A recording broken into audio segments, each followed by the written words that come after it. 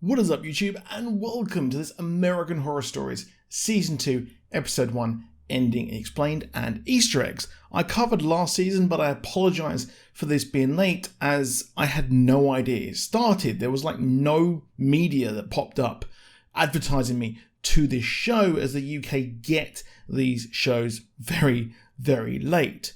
I will cover this weekly, either day of release or the next day, so hit that subscribe with that bell button to never miss a video. I am pleased to report that this was a very, very strong start to the season, after the last season being very hit and miss, with one of the worst episodes being its opening and return to Murder House, which was a shame, as Murder House is a really good season. This story worked well in the anthology format, mainly due to the tight singular location helping the story develop. It had a clear beginning, middle and end. Some of the episodes in Season 1 felt like pilots for a season, and well, here it worked well. It even has a tie-in, and I may be biased, as it ties in to Coven, which is my favourite American Horror Story season behind Roanoke. We basically have a well-to-do toy maker who's super rich, and it starts off relatively normal as a young lady interviews for a job and doesn't get it, despite being charming, confident, and having a great CV. Now, clearly she's been earmarked for his creepy experiment. As she's knocked out, we zoom in on his doll's house. Now, I originally thought that she'd be shrunk down and put into this doll's house and it'd be really disturbing, and instead we get something equally as disturbing, as she's brought to his life-size doll's house where other women from a range of backgrounds are forced to compete to be his wife or die. She is forced to don a disguised doll mask and takes on the persona of Kobe the Clown.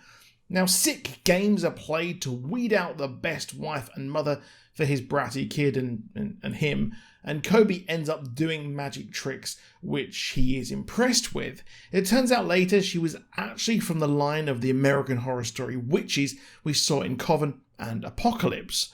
Sick games are aplenty here. While her powers are good enough to satisfy the kid for now, she struggles with trying to actually do the tasks, which range from ironing a shirt and laying a table, and each one of the human dolls are offed as the episode rolls on. There is some great pacing in here as well, and she has a plan to win over the kid and later swap the life-size dolls and trick their jailer, which doesn't actually work. The other two surviving ones are offed as she's made into a life-size doll, and we get the coolest reveal. I will admit, I didn't actually think of her being a witch until this was revealed. I'm very sorry, I'm a bit dumb. Witches from Mrs. Robichaux's Academy for Exceptional Young Ladies, probably butchered that name, arrive and save her. They freeze the dad and his mute henchman with no tongue, and our girl is freed. It turns out the spells that saved her are used as some sort of cerebro to find her, and she ends up heading to the school and talking to the kid as she made a promise to be the best mother. She's a really, really great person. He gives himself the name Spaulding at the academy. Yep, the name of the mute butler from Coven. Wild.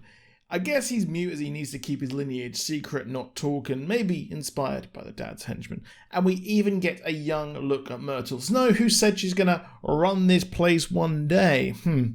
Well, but I love this episode. I'm sorry, I've seen a few reviews that said it's not good, but I absolutely had a blast. I had so much fun watching this. The acting, the writing, the pacing, the directing, and the shots were all great.